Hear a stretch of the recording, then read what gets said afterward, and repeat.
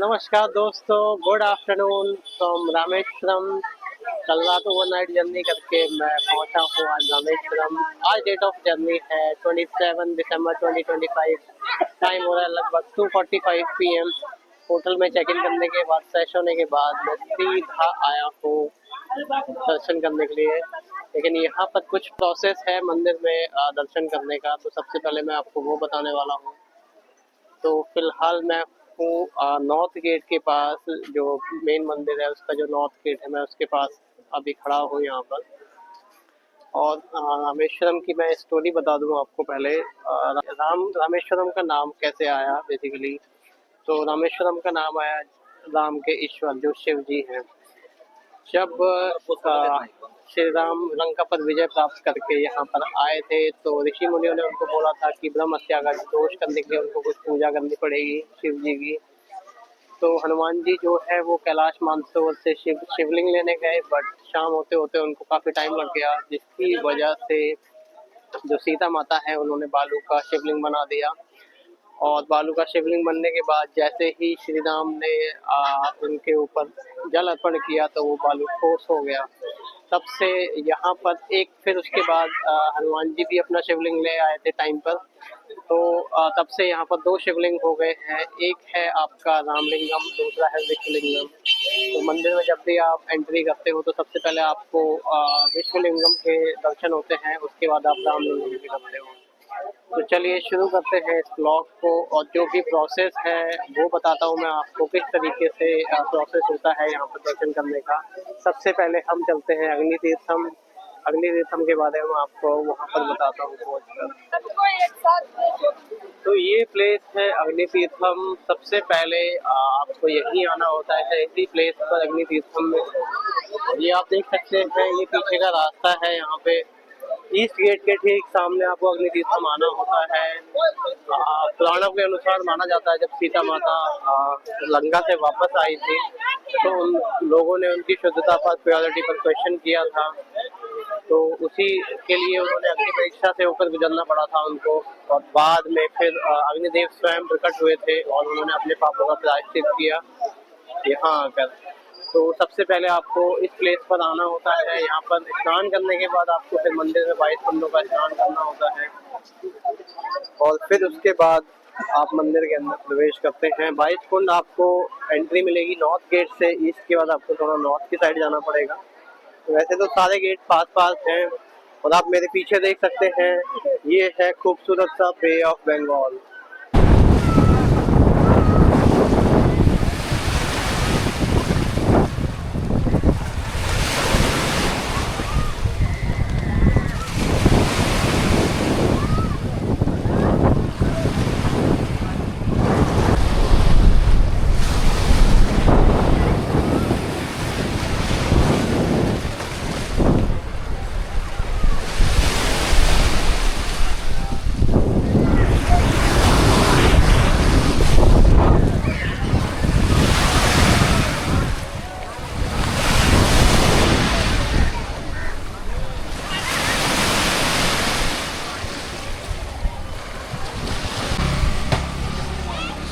अग्नि कुंड में स्नान करने के बाद हम लोग बढ़ रहे हैं 22 कुंड की तरफ।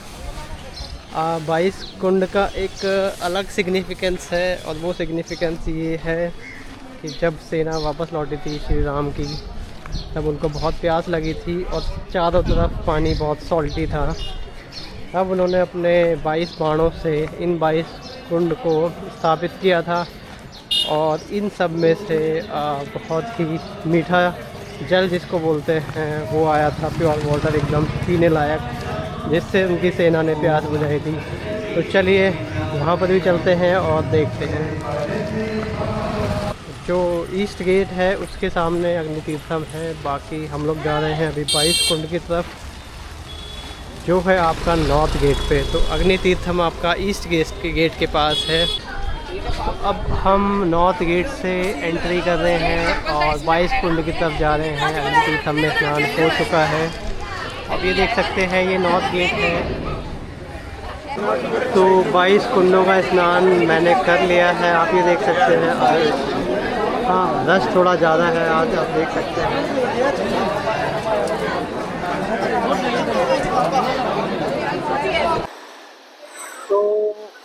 22 कुंड स्नान के बाद अब हम लोग जा रहे थे मेन टेम्पल की तरफ। पहले दर्शन होंगे विश्वलिंगम, जो मैंने आपको बताया था, हनुमान जी लेकर आए थे कैलाश मानसरोवर से। और दूसरा उसके बाद रामलिंगम, जो शिव जी ने बालू का बनाया था, पार्वती जी ने बाद में शिव जी ने उस पर जल चढ़ाया था, तो वो पत्थर का ठोस बन गया था। तो दोनों शिवलिंग के दर्शन होते हैं यहाँ पे। और आप मेरे पीछे ये जो कॉरिडोर देख रहे हैं, ये वर्ल्ड का सबसे बड़ा कॉरिडोर है। इसमें शायद कुछ 1012 के something total number of pillars है, और हर पिलर का कोई ना कोई सिग्निफिकेंस है। आप मेरे पीछे पिलर देख सकते हैं, तो इसमें हर पिलर में माइनर माइनर डिफरेंस है एक दूसरे से। तो चलिए आप बढ़ते हैं टेंपल की तरफ। आज रश बहुत ज़्यादा था, इसलिए मैं वहाँ पर कुंड का कुछ खास वीडियो नहीं बना पाया। चलिए दर्शन करते हैं जय श्री राम के साथ।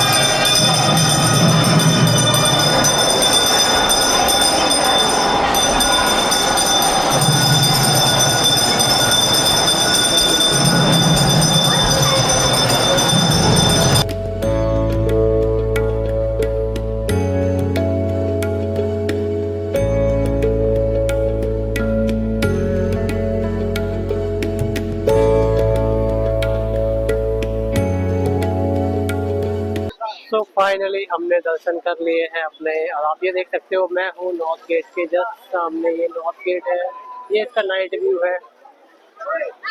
दर्शन में थोड़ा टाइम लगा, लेकिन सब अच्छा रहा। बाकी जो प्लेसेस है, इसका धनुषकोडी हो गया, और मैं APJ अब्दुल कलाम का मेमोरियल मैं कल करने वाला हूँ मॉर्निंग में। और एक चीज़ और, आज हमें जो शाम की जो आरती थी 6:30 पे जो आरती थी, वो भी देखने को मिली। उसका नज़ारा भी कुछ अनोखा था। यहाँ पे जो आरती करने का तरीका था वो भी थोड़ा अनोखा लगा, लेकिन अच्छा था। काफ़ी अलग अलग जगह का एक्सपीरियंस होता है। इस नॉर्थ गेट के बाद मैं आपको बता दूं, जो ईस्ट गेट है वो यहाँ का ईस्ट और वेस्ट जो है वो मेन गेट है, और ईस्ट गेट के ठीक सामने ही अग्नि तीर्थम है। तो सबसे पहले आपको अग्नि तीर्थम पे आना पड़ता है, वहाँ स्नान करना पड़ता है। उसके बाद आप सीधे नॉर्थ गेट से एंटर करेंगे। जस्ट दोनों पास में ही, ऐसा नहीं है, मंदिर के चारों साइड में, चारों डायरेक्शन में ये गेट्स है। तो नॉर्थ गेट पे आने के बाद आप 22 कुंड का स्नान करते हैं। 22 कुंड के स्नान करने के बाद आप लोगों को दिखेगा मंदिर दर्शन के लिए फिर से ईस्ट गेट की तरफ आ जाएंगे आप, और ईस्ट गेट से आप एंट्री करते हुए यहाँ पे भी आप 100 या 200 की टिकट ले सकते हैं, स्पेशल दर्शन वाली जो बोली जाती है। हर मंदिर में चल रहा है इस तरीके का। बाकी बात मैं करूं अपने ज्योतिर्लिंग की, तो आज मैंने अपने 12 के 12 ज्योतिर्लिंग कर लिए हैं। इवन महाराष्ट्र में 2 एक्स्ट्रा ज्योतिर्लिंग भी हैं जो वो लोग क्लेम करते हैं, जिसपे उनका मानना है कि उनका जो औंधा नागनाथ है और जो नागेश्वर है गुजरात में, वो औंधा नागनाथ को अपना मानते हैं। तो उनका औंधा नागनाथ हो गया, और एक दूसरा परली वैजनाथ है जो झारखंड में बैद्यनाथ है, तो वो परली वैजनाथ को अपना मानते हैं। तो ये 2 ज्योतिर्लिंग भी मैंने किए हैं 12+2। इसके अलावा आज चारों धाम भी मेरे कंप्लीट हो चुके हैं।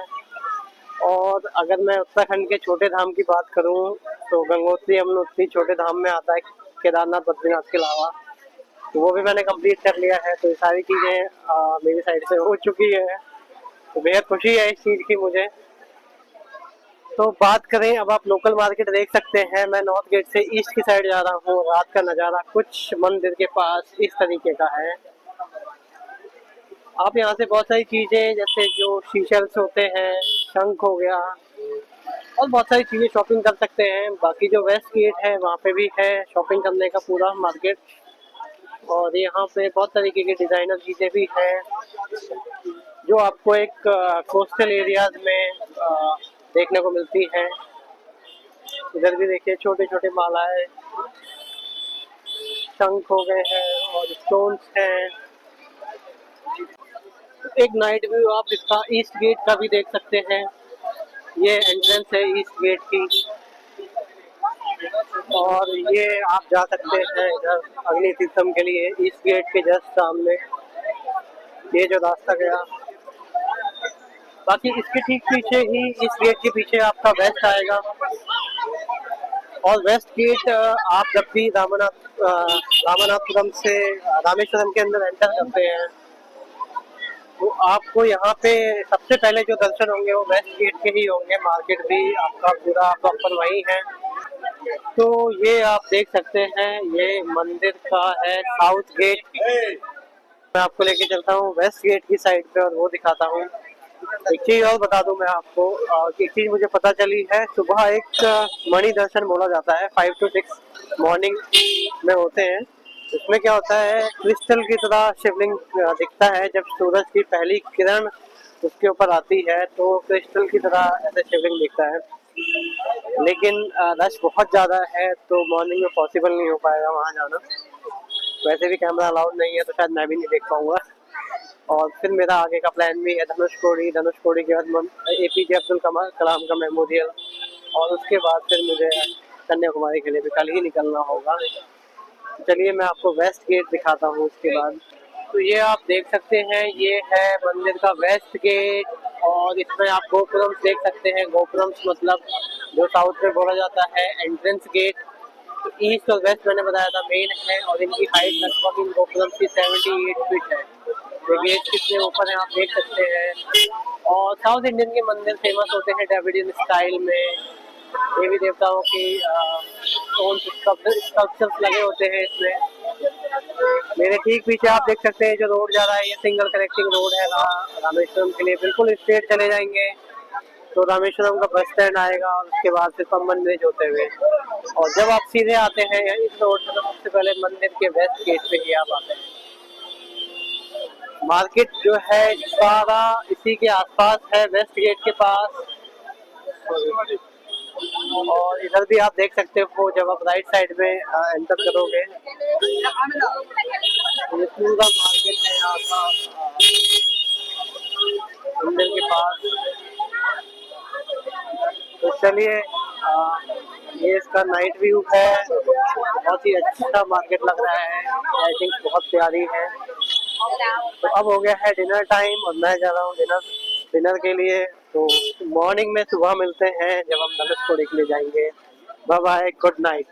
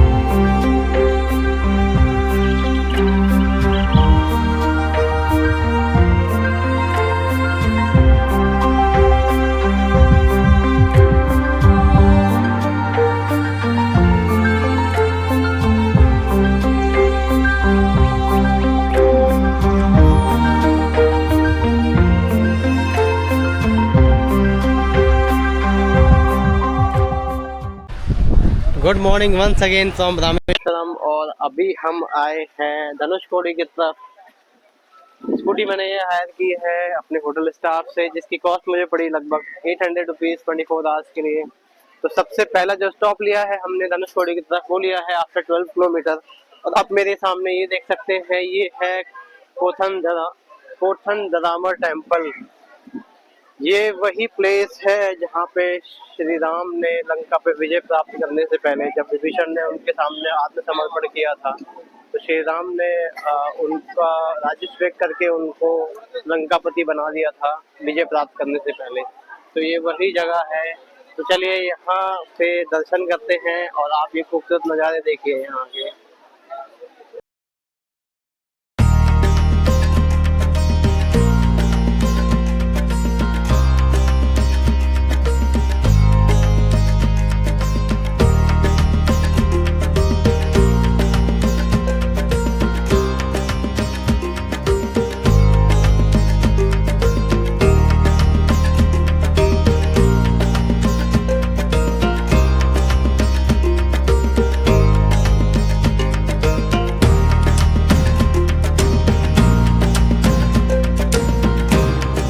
Now we are at Dhanushkodi. मेरे सामने आप देख सकते हो, थोड़ा दूर दिख रहा है लाइट हाउस, और ये है यहाँ का रेलवे स्टेशन। नज़ारे बहुत ही खूबसूरत हैं यहाँ के। और अगर मैं आपको बता दूं रेलवे स्टेशन के बारे में, तो आप सोच सकते हो कि 1964 में यहाँ पर एक साइक्लोन हिट किया था, साइक्लोन ने, और उसके बाद ये पूरा जो टाउन है या विलेज है पूरा तहस नहस हो चुका था। 1964 में आप रेलवे स्टेशन देख सकते हो, तो उस टाइम पे ये कितना ज्यादा डेवलप रहा होगा। Hey hi hi, sorry sir, how fine, all well. ये देख सकते हो, ये है कुछ रेलवे स्टेशन।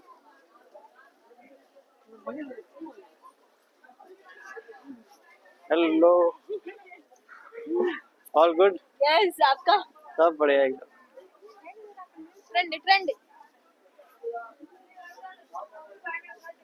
यहाँ पे एक छोटा सा मार्केट भी है, इधर भी है।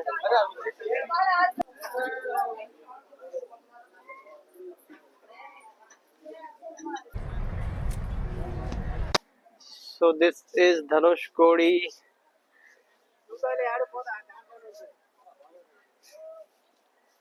इनके ठीक पीछे विशाल समुद्र है, बे ऑफ बंगाल। मेरे पीछे लाइट हाउस। ये रेलवे स्टेशन का कुछ बचा कुचा हिस्सा।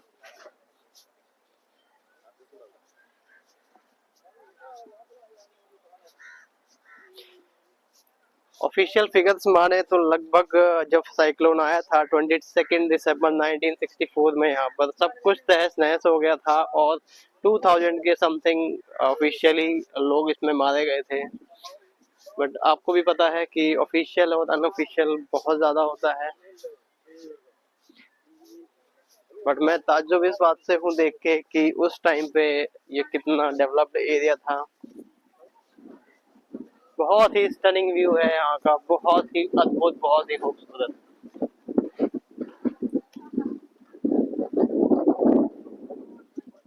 ये टाउन देख सकते हैं, कंप्लीट टाउन था यहाँ पे।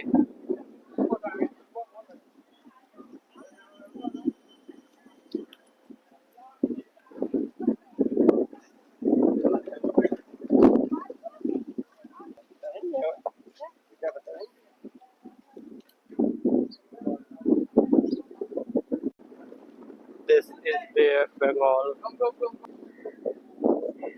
ये आप कंप्लीट व्यू देख सकते हैं जंक्शन का उस टाइम पे।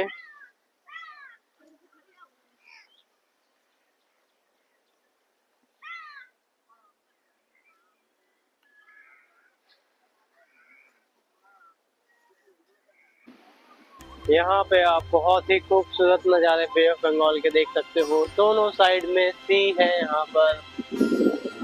ये बीच में रास्ता है, रोड जा रही है, and we are heading towards Achalmuni, last leg of India.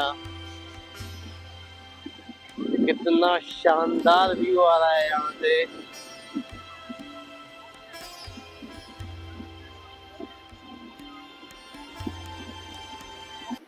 Now we are at the last leg of India.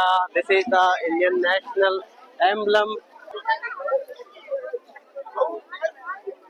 ये इंडियन ओशियन है इधर, और दूसरी साइड है बे ऑफ बंगाल। यहाँ से भारत शुरू होता है।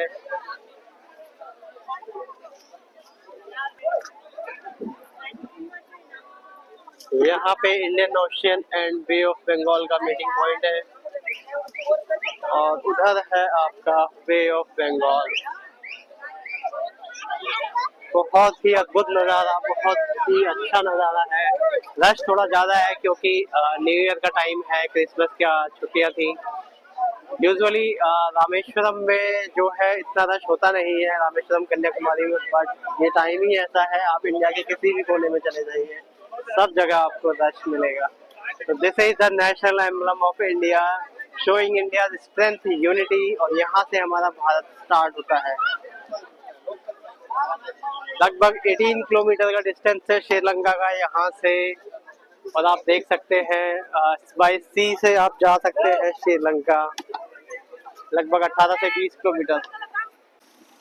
कहते हैं अगर आप किसी कोस्टल एरिया में गए हैं और अगर आपने वहाँ पे लाइट हाउस देख लिया है और अगर आप उसके टॉप पर नहीं गए हो तो आपने क्या ही देखा। तो चलिए लाइट हाउस में एंटर करते हैं। धनुषकोडी का लाइट हाउस है ये, और देखते हैं इसके टॉप का व्यू क्या कहता है। So I am the first person to enter in this lighthouse। अभी बज रहे हैं सुबह के 10 और 10 AM पे ये ओपन होता है। और मैं यहाँ पे मैंने आते ही मतलब जब मैं जलमोली से आया तो फर्स्ट एंट्री मेरी ही थी। अब आप यहाँ के स्टनिंग व्यूज देखिए, बहुत ही खूबसूरत व्यूज देखने को मिलेंगे आपको। सी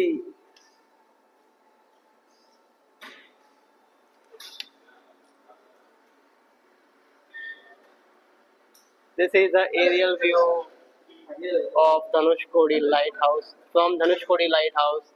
ये सामने है मेरे इंडियन ओशियन।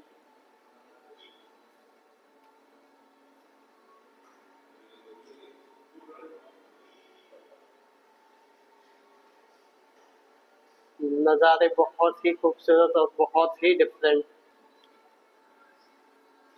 ये आप देख सकते हो, ये this is Bay of Bengal. ये बीच में एक पतला सा रास्ता, बहुत छोटा लग रहा है यहाँ पे अभी मेन रोड जो है, और ये लास्ट टिप पे है इसके अचल मुनई, जो इंडियन एम्बलम का वहाँ पे इंडियन एम्बलम भी लगा हुआ है। This is that was the last point of India, या आप ऐसे भी बोल सकते हो कि वो फर्स्ट पॉइंट है, वहाँ से इंडिया स्टार्ट होता है। बहुत ही स्टनिंग व्यूज आ रहा है यहाँ से, इस लाइट हाउस से।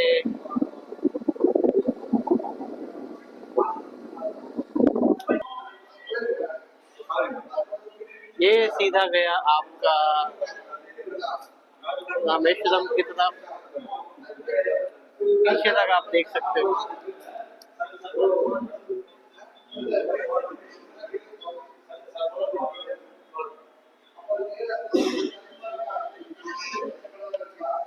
It's a must visit place. आप यहाँ पर आ रहे हैं, सिर्फ 10 रुपीज का टिकट है इसका। अगर आप वीडियो कैमरा लेकर आते हैं तो 20 रुपीज एक्स्ट्रा देना पड़ता है बस। बट ये बहुत ही वर्थ इट प्लेस है, आप देख सकते हैं, बहुत ही प्यारी प्लेस है।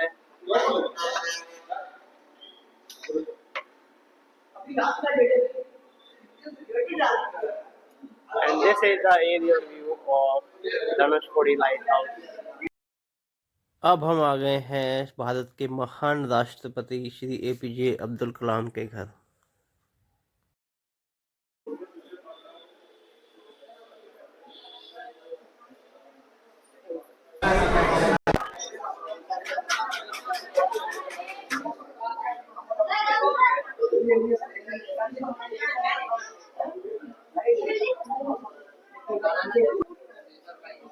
बहुत ही ऑन द एक्सपीरियंस, बहुत ही अलग एक्सपीरियंस। तो जो सेकंड प्रेसिडेंट थे इंडिया के, महान श्री APJ अब्दुल कलाम जी, ये उनका घर है का सेकंड फ्लोर है, वहाँ पे आप शॉपिंग भी कर सकते हैं।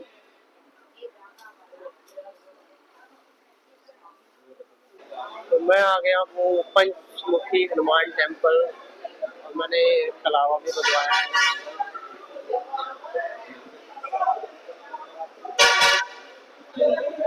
तो माना जाता है ये राम सेतु के कुछ अवशेष हैं, ये आप देख सकते हैं। ये पंचमुखी हनुमान टेम्पल के अंदर है।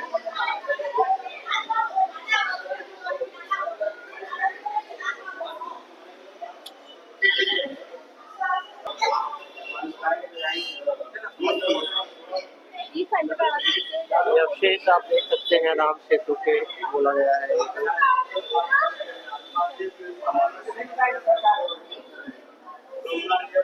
किसी से राम सेतु बनाया था श्री राम भगवान ने।